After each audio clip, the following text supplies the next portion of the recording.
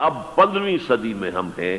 اب ایک بات میں کہہ رہا ہوں اور وہ میری ذاتی رائے ہے، گمان، اندازہ، اس میں مجھ سے اختلاف کرنے کا ہر ایک کو حق ہے۔ میرے نزدیک 15ویں صدی ہجری اب مجدد کامل الامام المہدی سلسلہ تجدید خلافت کی آخری کڑی کے ظہور کا وقت ہے۔ اس میں مجھے ایک تو قرآن مجید سے اشارہ ہے، میں اسے تفسیر نہیں کہتا۔ میرے نزدیک قرآن مجید میں چند آیتیں سورہ مدثر کی اور چند آیتیں سورہ انشقاق کی بڑی عجیب ہیں۔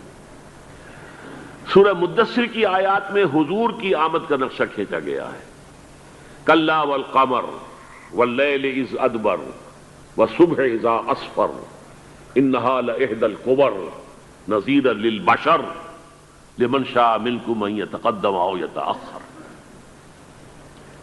نہیں، قسم ہے چاند کی، کلا والقمر واللیل اذ ادبر، اور رات کی جبکہ وہ پیٹھ موڑ لے جانے لگے اور صبح کی جبکہ وہ روشن ہو جائے۔ حضور سے پہلے 600 برس ایسے گزرے ہیں دنیا میں کہ نبوت کا سورج نہیں تھا، بس چاند جیسے مستعار روشنی چاند کی ہوتی ہے، تو سابقہ انبیاء کی مستعار روشنی تو کوئی دنیا میں تھی، دھندلی دھندلی جیسی چاند کی ہوتی ہے، لیکن وہ سورج نہیں تھا۔ لیکن اب وہ رات ختم ہو رہی ہے، وہ لیل اذ ادبر جا رہی ہے، محمد صلی اللہ علیہ وسلم کا سورج، یہ شمس نبوت و رسالت طلوع ہو گیا۔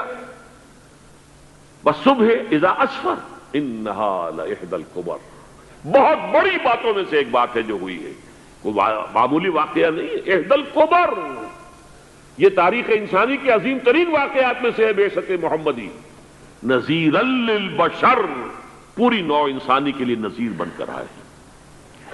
یہ تو ہے حضور کا معاملہ، لیکن اب جو معاملہ ہونا ہے دوبارہ، اس لیے کہ خلافت علی منہاج النبوت دوبارہ اب قائم ہوگی انشاءاللہ۔ حضور کے بعد میں آپ کو بتا چکا ہوں، خلافت راشدہ ختم ہونے کے بعد سے زوال زوال زوال زوال زوال زوال زوال زوال زوال، تھوڑا سا 2.5 سال کا 2 سال کا وقفہ آیا ہے حضرت عمر بن عبدالعزیز کا، ورنہ زوال زوال زوال زوال زوال۔ اگرچہ اس زوال کو 1000 سال لگے ہیں، یہ عمارت جو محمد نے بنائی تھی ایک دن میں نہیں گر گئی صلی اللہ علیہ وسلم، کھنڈر بتا رہے ہیں عمارت عظیم تھی، 1000 سال کے بعد پھر یورپ کے سیلاب نے آ کر اس کو گرایا ہے اور ختم کیا ہے، ورنہ 1000 سال تک سطوت و شوکت کے ساتھ امت مسلمہ تو موجود رہی ہے، چاہے اسلام جو ہے وہ حکومت کی سطح پر موجود نہیں تھا۔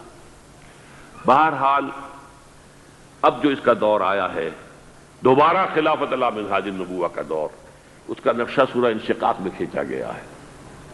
فلا اقسم بالشفق، اب دیکھیے سورج غروب ہو گیا، حضور کی بعثت کے وقت وہ سورج رسالت طلوع ہوا تھا، اب وہ سورج غروب ہو چکا ہے۔ سورج کے غروب ہونے کے بعد صرف روشنی رہ جاتی ہے شفق کی، سرخ سی، بس وہی باقی رہ گئی، اور باقی کیا رہ گیا؟ بدا الاسلام غریبا ویسعود کما بدا فطوبی للغرباء، فلا اقسم بالشفق واللیل وما وسق، رات کی سی تاریکی ہے اور جو کچھ اس نے اپنے اندر جمع کر لیا ہے، والقمر اذا اتسق، اور قسم ہے چاند کی جب کہ وہ بھر جائے، پورا بھرتا ہے کتنے دنوں میں؟ 14 دن میں۔ اور 14 صدیوں کے بعد اب پہلی صدی کا جس نے کہ تجدید کامل کی عمر بن عبدالعزیز، 14 صدیوں کے بعد اب 15ویں صدی میں الامام المہدی کے ظہور کا وقت قریب ہے۔ اب جو کچھ مجھے حضرت امام المہدی کے بارے میں کہنا ہے، دوبارہ اپنی بات دہرا رہا ہوں، یہ میرا ذاتی گمان ہے، اختلاف کیا جا سکتا ہے۔ میرا گمان یہ ہے کہ یہ اب جو مجدد آئیں گے وہ حضرت مہدی ہوں گے۔ پہلی بات تو یہ جان لیجئے کہ مہدی 2 ہیں، ایک شیعوں کے مہدی، ایک سنیوں کے مہدی، ان میں بڑا فرق ہے۔ شیعہ حضرات مہدی کو مانتے ہیں، وہ ان کے 12ویں امام ہیں، ان کے عقیدے کے مطابق انہیں پیدا ہونے کے فوراً بعد اس اندیشے سے کہ انہیں قتل کر دیا جائے گا ایک غار میں چھپا دیا گیا تھا۔ تقریباً 1200 برس سے وہ اس غار کے اندر ہیں، وہ روپوش ہیں، چھپے ہوئے ہیں، اسی لیے انہیں امام غائب کہا جاتا ہے، اور اب ان کا انتظار ہو رہا ہے، اس لیے انہیں امام منتظر بھی کہا جاتا ہے۔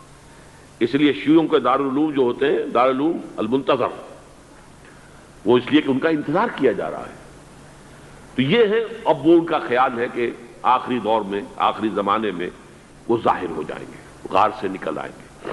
دیکھیے، میں اس عقیدے کو اس بنا پر رد نہیں کرتا کہ یہ ناممکن ہے کہ کیسے کوئی شخص جو ہے 1200 برس تک کسی غار کے اندر زندہ رہ سکتا ہے، نہیں، میں سمجھتا ہوں ممکن ہے۔ 300 برس تک اصحاب کہف رہے کہ نہیں رہے؟ سوئے رہے۔ 300 ایئرس ہم مانتے ہیں۔ حضرت عیسیٰ اسی حیات عرضی کے ساتھ 2000 سال سے موجود ہیں آسمان پہ کہ نہیں ہے؟ آپ کو معلوم ہے حضرت عزیر 100 برس تک مرنے کے بعد دوبارہ زندہ کر دیے گئے۔ فَأَمَاتَهُ اللَّهُ مِئَةَ عَامٍ ثُمَّ بَعَثَهُ۔ تو ناممکنات میں سے کوئی سوال پیدا نہیں ہوتا، لیکن یہ کہ آیا کوئی امامت معصومہ کا تصور قرآن اور حدیث سے ہمیں ملتا ہے؟ پھر یہ کیا یہ موروثی امامت کہ حضرت علی کی نسل جو حضرت فاطمہ سے چلی ہے اسی میں یہ امامت ہوگی؟ اس کے لیے ہمارے پاس کوئی دلیل نہیں ہے، ہم اس کو تسلیم نہیں کرتے۔ ہم تو سمجھتے ہیں کہ معصومیت ختم ہو گئی محمد الرسول اللہ صلی اللہ علیہ وسلم پر، خاتم المعصومین ہے محمد الرسول اللہ۔ اب ان کے بعد تو اجتہاد ہے اور خلافت ہے، عام معاملات میں اجتہاد ہوگا، نظام خلافت کا ہوگا۔ تو ہمارے نزدیک جو میں جس مہدی کا نام لے رہا ہوں وہ مہدی ہے جو ایک مجدد ہوں گے، جیسے کہ مجددین کے نام میں نے آپ کو گنوائے ہیں، مجدد الفسانی ہو، شاہ ولی اللہ ہو، سید احمد بریلوی ہو، شیخ الہند ہو، ایک ہوں گے انسان جو پیدا ہوں گے انسانوں کی طرح عام طور پر، اپنی عمر کو پختگی کو پہنچیں گے، پھر وہ سامنے آئیں گے منظر پر، پھر وہ کام کریں گے، قیادت کریں گے، عرب میں ان کا ظہور ہوگا۔ دوسری بات یہ نوٹ کر لیجئے حضرت مہدی کے بارے میں، ہمارے ہاں احادیث کے جو مجموعے ہیں ان میں جو ٹاپ کے 2 مجموعے ہیں ان میں کہیں حضرت مہدی کا ذکر نہیں ہے، نہ صحیح بخاری میں نہ صحیح مسلم میں، لیکن ہم اسے نظر انداز نہیں کر سکتے کہ صحائح ستہ کی بقیہ 4 کتابوں کے اندر موجود ہیں، لہذا نظر انداز نہیں کر سکتے، اگنور کرنا ممکن نہیں ہے۔ اب اس میں میں چاہتا ہوں کہ کچھ حدیثیں آپ کو میں سناؤں جن میں حضرت مہدی کا تذکرہ کیا گیا ہے۔ پہلی ہے وعن عبداللہ ابن مسعود قال قال رسول اللہ صلی اللہ علیہ وسلم، حضرت عبداللہ ابن مسعود سے روایت ہے، وہ فرماتے ہیں کہ حضور نے ارشاد فرمایا لا تذهب الدنيا حتى يملك العرب رجل من اہل بیتی، یہ دنیا ختم نہیں ہوگی جب تک کہ عرب پر میرے اہل بیت میں سے ایک شخص کی حکومت قائم نہ ہو۔ اور آپ کو معلوم ہے کہ آج تک عرب پر حضور کے اہل بیت کی کوئی حکومت قائم نہیں ہوئی، اور جب قائم ہوئی بھی تھی حضرت علی کو اگر شمار کیا جائے، اس لیے کہ حضور نے وہ جو مشہور واقعہ ہے کہ ایک چادر میں لے لیا تھا حضرت علی کو اور حضرت فاطمہ اور حضرات حسنین کو، اللہم ہؤلاء اہل بیتی، اے اللہ یہ بھی میرے اہل بیت ہیں، تو حضرت علی کی بھی حکومت منعقد نہیں ہوئی، پورے عالم اسلام پر ان کی حکومت نہیں تھی، اس لیے کہ شام اور مصر دونوں صوبے جو ہیں انہوں نے ان کی اطاعت قبول نہیں کی تھی۔ اس حوالے سے یہ معاملہ ابھی ہونا ہے۔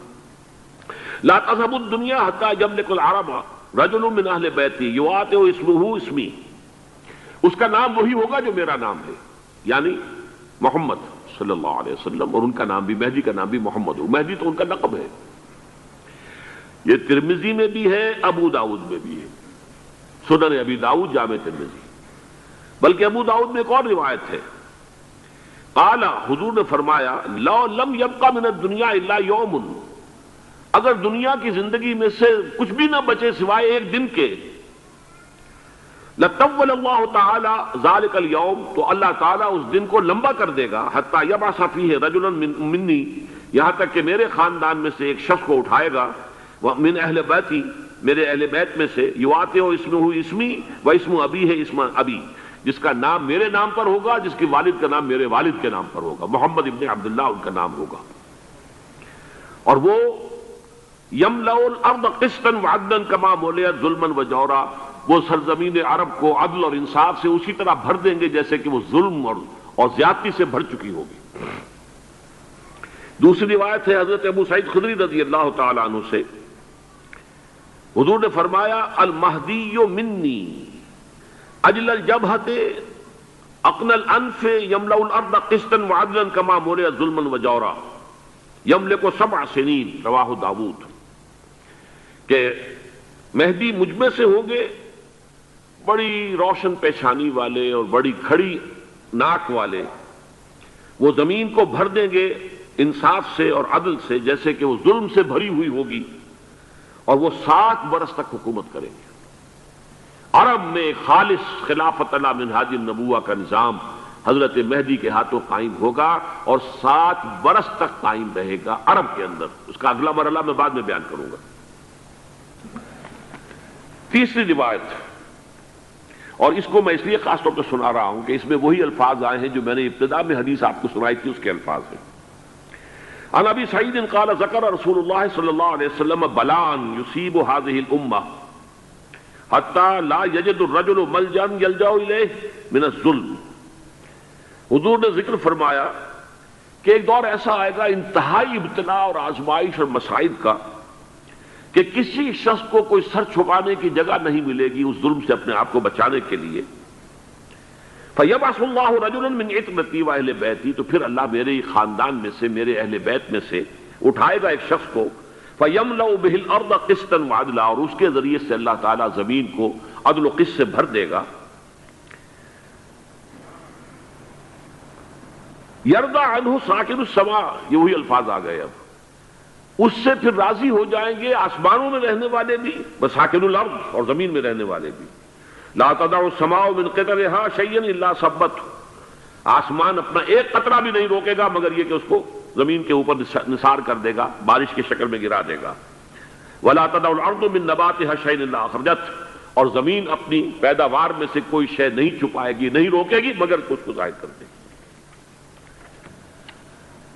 چوتھی حدیث جو ہے وہ حضرت ام سلمہ سے رضی اللہ تعالی عنہ قال سمعت رسول اللہ صلی اللہ علیہ وسلم یقول المہدی من عترتی من اولاد فاطمہ، رواہ ابو داؤد، یہ بھی سنن ابو داؤد کی روایت ہے۔ حضور نے فرمایا مہدی میرے خاندان سے، میرے اہل بیت سے ہوں گے، یعنی اولاد فاطمہ میں سے، اور تفصیل اس کی آتی ہے کہ حضرت حسن کی اولاد میں سے ہوں گے۔ پانچویں حدیث میں آپ کو سنا رہا ہوں، اور اس میں ایک عجیب مشابہت آپ کے سامنے آئے گی حضرت عمر بن عبدالعزیز کے ساتھ، یہ اول اور آخری کڑی کے درمیان مشابہت۔ عن علی رضی اللہ تعالی عنہ، یہ حدیث جو ہے مسند احمد ابن حنبل میں بھی ہے اور سنن ابن ماجہ میں بھی ہے۔ قال قال رسول اللہ صلی اللہ علیہ وسلم المہدی منا اہل البیت یصلح اللہ فی لیلۃ، مہدی ہم میں سے ہوں گے، ہمارے اہل بیت میں سے، اور اللہ ایک ہی رات میں ان کی اصلاح کر دے گا۔ یعنی وہ پہلے سے کوئی زیادہ روحانی یا دینی کوئی اس طرح کی شخصیت نہیں ہوں گے، لیکن ایک ہی رات میں اللہ تعالیٰ ان کی سیرت و کردار کے اندر انقلاب عظیم برپا کر دے گا۔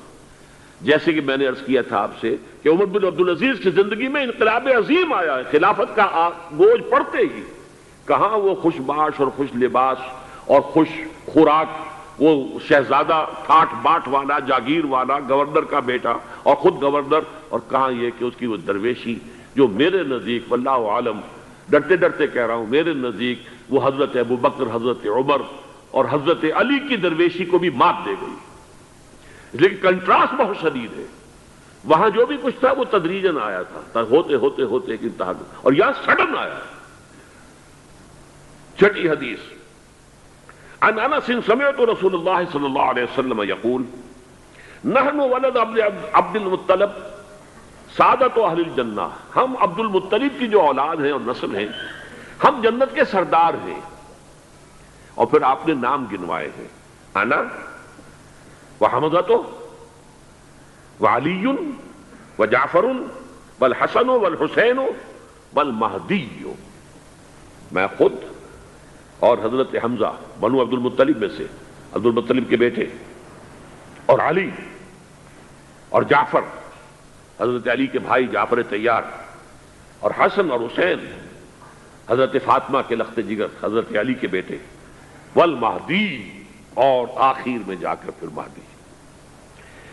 اب میں آپ کو ایک حدیث سنانے چلا ہوں جس میں ایک عجیب نقشہ سامنے آتا ہے کہ یہ مہدی جب ظاہر ہوں گے تو کس طور سے ظاہر ہوں گے، ان کے ظہور کی کیفیت کیا ہوگی، کیف یظہر۔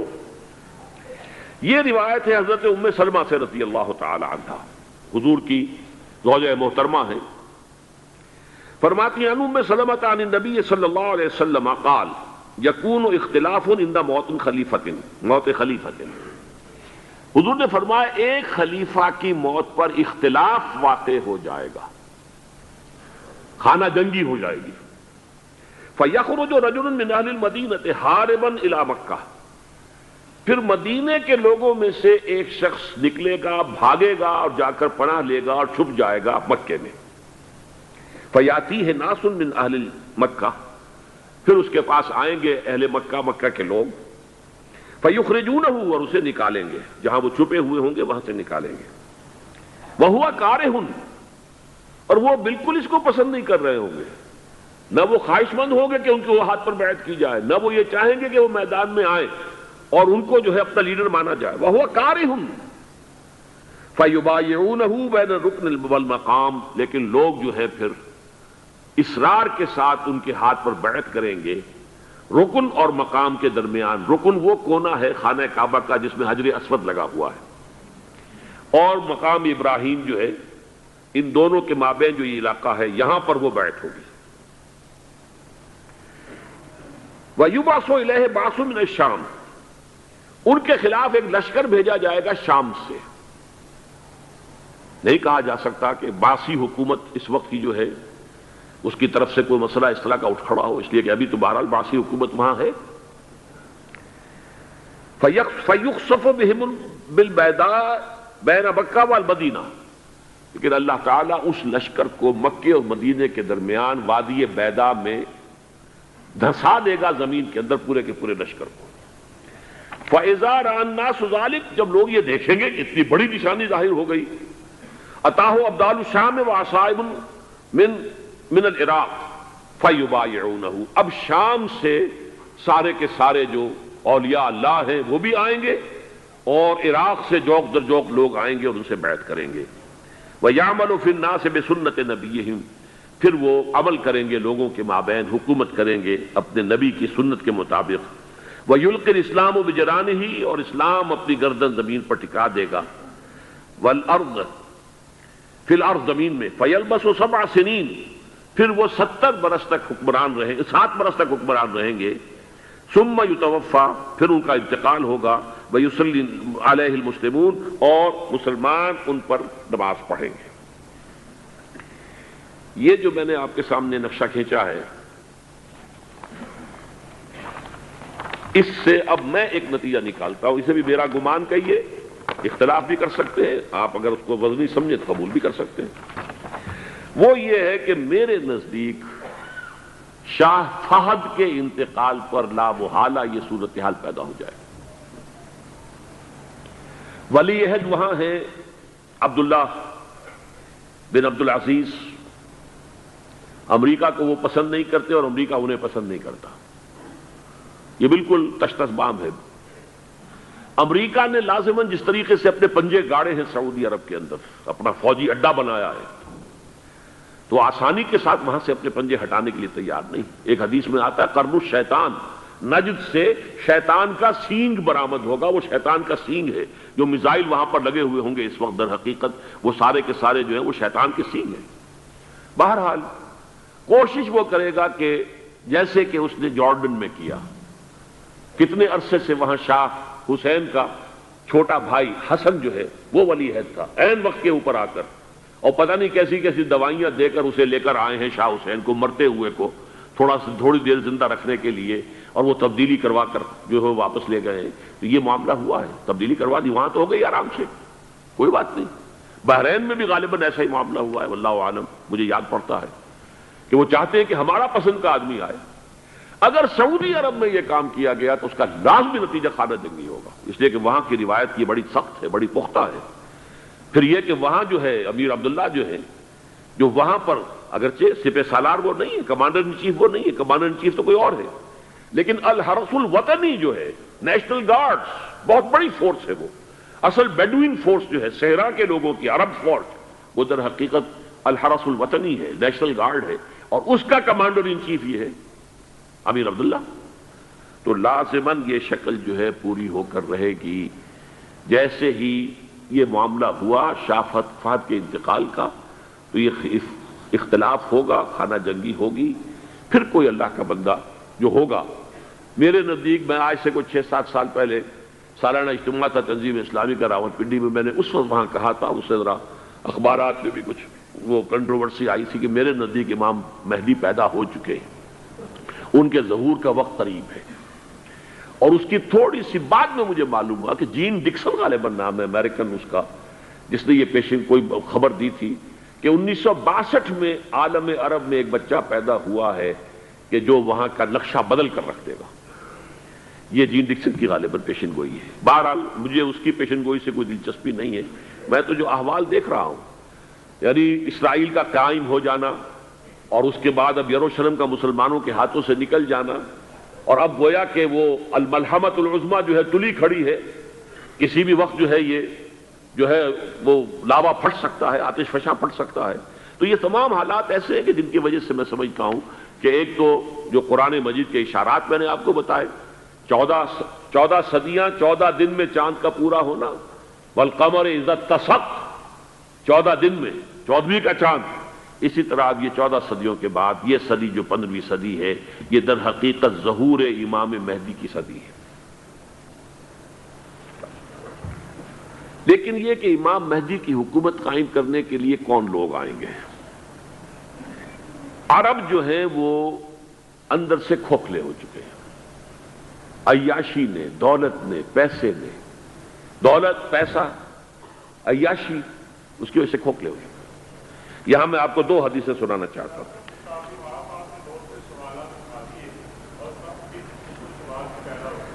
بہت سے ہو گئے، آپ اطمینان سے تشریف رکھیے۔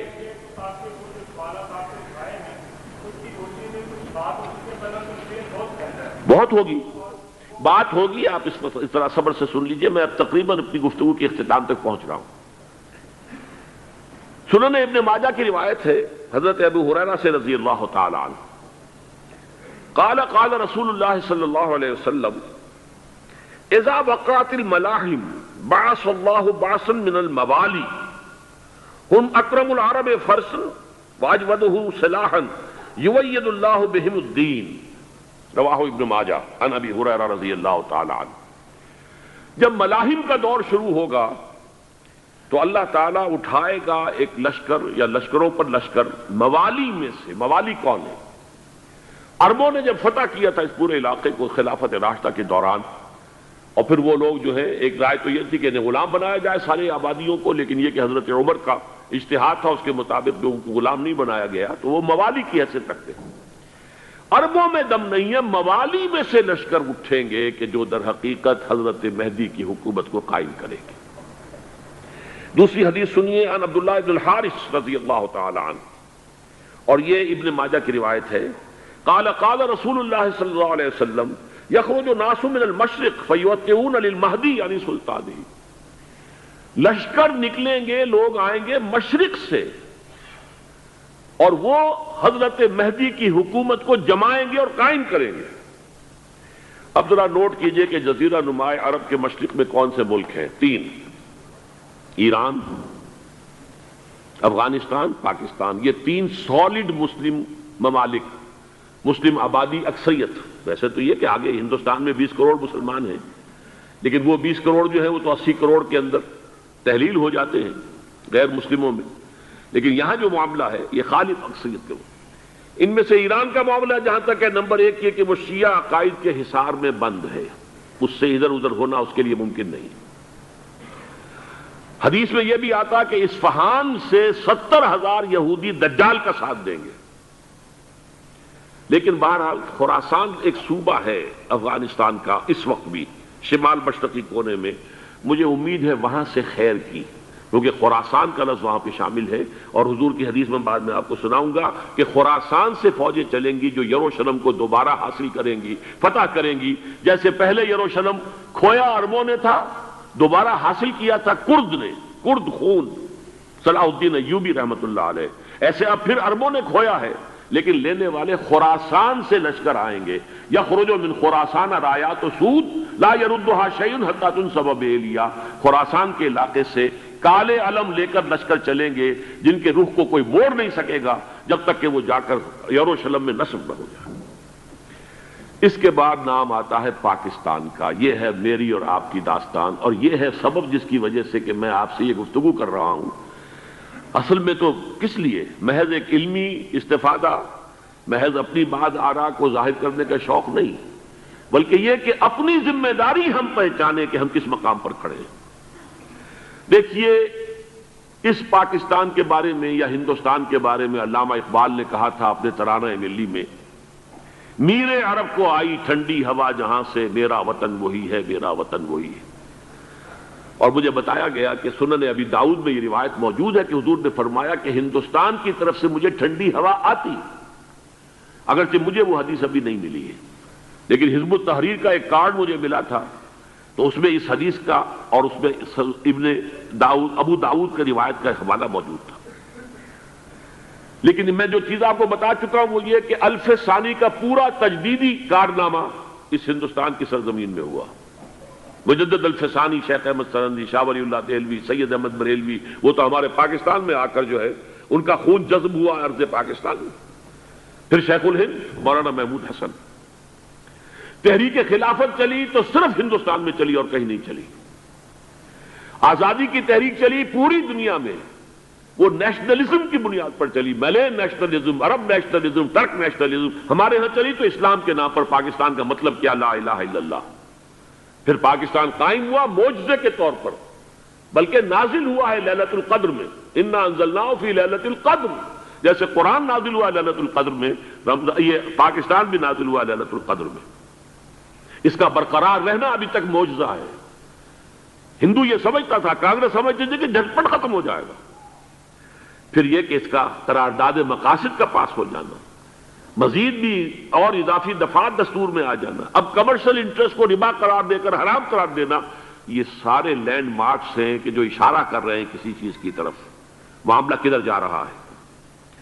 پھر یہ کہ یہ جو 14ویں صدی کے مجدد تھے شیخ الہند، اس کے بعد سے کچھ ایسی شخصیتیں عظیم پیدا ہوئی ہیں ہند میں جن کو میں سمجھتا ہوں کہ 14ویں صدی کے مجدد اور 15ویں صدی کے مجدد کے درمیان، یہ 15ویں صدی کے مجدد کی راہ کو سیدھا کرنے والے، جیسے کہ حضرت یحییٰ نے کہا تھا میں تو آنے والے کا راستہ سیدھا کر رہا ہوں حضرت عیسیٰ کے لیے، ایسے ہی 15ویں صدی کے لیے امام مہدی کے لیے راستہ صاف کرنے والے سب سے پہلے علامہ اقبال، جنہوں نے اسلام کا تصور دین کی حیثیت سے دوبارہ زندہ کیا ہے، ورنہ اسلام ایک مذہب کی شکل اختیار کر چکا تھا.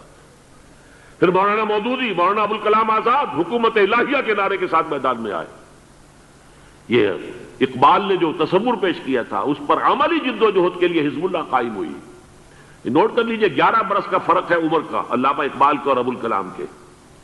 اور 1913 میں جب حزب اللہ قائم کی ہے اس وقت علامہ اقبال کی ملی شاعری اپنے عروج کو پہنچ چکی تھی. پھر یہ کہ علامہ اقبال کے بعد تعمیل جو ہے اس کام کی وہ ابوالکلام نے کی، لیکن روایتی علماء کی شدید مخالفت کی وجہ سے وہ بددل ہو کر چھوڑ گئے، کانگریس میں شامل ہو گئے، بساط جو ہے حزب اللہ کی انہوں نے لپیٹ دی. پھر مولانا مودودی آئے، انہوں نے وہ ڈور جو ہے اس کا سرا تھاما، جماعت اسلامی قائم کی حکومت الہیہ ہی کے قیام کے لیے. اگرچہ میرے نزدیک یہ کہ وہ انتخابی اور ایک قومی سیاست کی ایک جماعت بن کر پاکستان میں جو ہے دلدل میں پھنس گئی ہے. اب ہم اس کی کوشش کر رہے ہیں، تنظیم اسلامی اور یہ تحریک خلافت جس کے تحت یہ جلسہ ہو رہا ہے. یہ ساری چیزیں وہ ہیں کہ آپ کو سوائے پاکستان کے اور کہیں نہیں ملیں گی پوری دنیا میں. معلوم ہوتا ہے کہ پاکستان کو بہت بڑا رول پلے کرنا ہے اس میں. اور اس کے ساتھ اب جمع کر لیجئے افغانستان کی عمارت افغانستان، اسلامی عمارت افغانستان قائم ہو چکی ہے. یہ پچھلے 20 سالوں میں جو کچھ وہاں ہوتا رہا ہے اس سے پہلے تصور نہیں ہو سکتا تھا. کابل جو ہے وہ تو جیسے پیرس کا تمدن تھا ویسے کابل کا تھا، وہی لباس، وہی سکرٹس. یہاں جب آئے تھے شاہ ظاہر شاہ سرکاری دورے پر تو ان کی جو ملکہ صاحبہ تھی ان کے ساتھ وہ سکرٹ میں ملبوس تھی. کابل جو ہے وہ بالکل ایک پیرس کی طرح کا شہر تھا. آج کابل جو ہے جا کر دیکھیے، علامہ اقبال کے فرزند بھی دیکھ کر آئے ہیں تو اگرچہ وہ خود میں سمجھتا ہوں کہ خاصے انہیں آپ لبرل کہیں، آزاد خیال کہیں، لیکن اس درجے متاثر ہو کر آئے تھے کہ انہوں نے یہ کہا افغانستان میں جو میں نے حالات دیکھے ہیں کہ اگر 2-4 اور مسلمان ملکوں کے اندر یہ نظام قائم ہو جائے تو پوری دنیا مسلمان ہو جائے گی۔ یہ سب کچھ کیسے ہو رہا ہے؟ یہ آنے والے دور کی جھلکیاں ہیں۔ Coming events are casting their shadows before. یہ سب بتا رہے ہیں کہ پاکستان افغانستان کو مل کر اس میں کوئی عظیم رول پلے کرنا ہے۔ اور اس کے ضمن میں اب میں علامہ اقبال کے بارے میں آخری بات کہہ رہا ہوں۔ علامہ اقبال کے بارے میں عام یہ خیال ہے، انہوں نے اپنے خطبات میں مہدی کا اور نزول مسیح کا، حالانکہ میں کل پڑھ رہا تھا مولانا سید احمد اکبر آبادی رحمۃ اللہ علیہ کا ایک مقالہ ان کا کہ علامہ اقبال نے ابن خلدون کے بارے میں یہ کہا ہے کہ مہدی کا اور نزول عیسیٰ کا دونوں کا انہوں نے انکار کیا ہے، حالانکہ ابن خلدون نے نزول عیسیٰ کا انکار نہیں کیا، صرف مہدی کا انکار کیا ہے۔ بہرحال علامہ اقبال نے خطبات میں انکار کیا ہے، لیکن یہ کہ اپنی شاعری کے اندر میں چیلنج کرتا ہوں کسی بڑے سے بڑے اقبال شناس کو، ان کا یہ شعر ذرا سنیے: خضر وقت از خلوت دشت حجاز آید بروں، کارواں زی وادی دور و دراز آید بروں۔ خضر وقت، امام وقت، رہنمائے وقت، قائد وقت، خلوت دشت حجاز کی صحرا کی کسی خلوت گزینی سے نکل کر باہر آئیں گے۔ میں حیران ہوتا ہوں علامہ کے اس فکر پر اور اس مصرے پر۔ یہاں انہوں نے شیعہ اور سنی دونوں کے کانسیپٹ جمع کر دیے۔ شیعہ کا کانسیپٹ یہ چھپے ہوئے کسی غار میں وہاں سے برآمد ہوں گے، اور ہمارا کانسیپٹ میں ام سلمہ رضی اللہ تعالیٰ عنہ کی حدیث سنا چکا، چھپے ہوئے ہوں گے وہ وہاں پر، مدینے سے نکل کر آ کر مکے میں چھپ جائیں گے۔ اس خانہ جنگی کی حالت میں لوگ ان کی طرف دیکھ رہے ہوں گے، سوچتے ہوں گے انہیں میدان میں آنا چاہیے، کوئی پارٹ پلے کرنا چاہیے، امت کی رہنمائی کرنی چاہیے، لیکن وہ چھپیں گے، وہ کارے ہوں گے، وہ اس ذمہ داری کو قبول نہیں کرنا چاہیں گے، جا کے چھپ جائیں گے مکے میں، وہاں سے مکے والے انہیں نکالیں گے، اور وہ کارے ہوں گے، انہیں بالکل یہ پسند نہیں ہوگا کہ یہ ذمہ داری اٹھائیں۔ تو خضر وقت از خلوت دشت حجاز آید بروں، کارواں زی وادی دور و دراز آید بروں۔ کارواں جو چلے گا ان کی مدد کے لیے اس وادی دور و دراز، اس عظیم وادی دور و دراز، یہ وادی سندھ ہے۔ وادی سندھ جو ہے ہم سمجھتے ہیں کہ صرف یہ پاکستان اور پنجاب جو ہے یہ اس میں شامل ہے، سندھ اور پنجاب نہیں، افغانستان کا پورا مشرقی علاقہ اس میں شامل ہے۔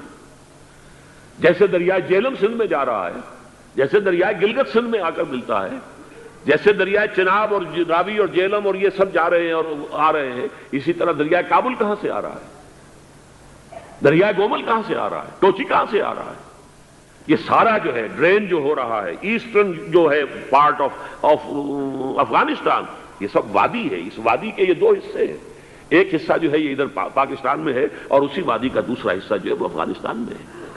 کارواں زی وادی دور و دراز آید بروں، کارواں چلے گا یہاں سے، یخرج ناس من المشرق یؤتون للمہدی یعنی سلطان ہی، مشرق سے فوجیں چلیں گی کہ جو مہدی کی حکومت قائم کریں گی، اور یخرج من خراسان رایات و سود، اور خراسان سے سیاہ پرچم چلیں گے کہ جن کا رخ کوئی موڑ نہیں سکے گا، حتیٰ تنصب بیلیا، یہاں تک کہ وہ جا کر یروشلم کے اندر نصب ہو جائیں گے۔ حضرات، میں ایک میری گفتگو کا حصہ باقی تھا لیکن میں اسے چھوڑ رہا ہوں، اس لیے کہ گلوبلائزیشن جو اس کی ہوگی، جو خلافت علی منہاج النبوہ کی تجرید کامل حضرت مہدی کے ہاتھوں عرب میں ہوگی، اس سے پہلے اس کے لیے محنت، کوشش، جد و جہد پاکستان اور افغانستان میں ہو چکی ہوگی جو اسے سپورٹ کرے گی اور وہاں جا کر حکومت قائم کرے گی۔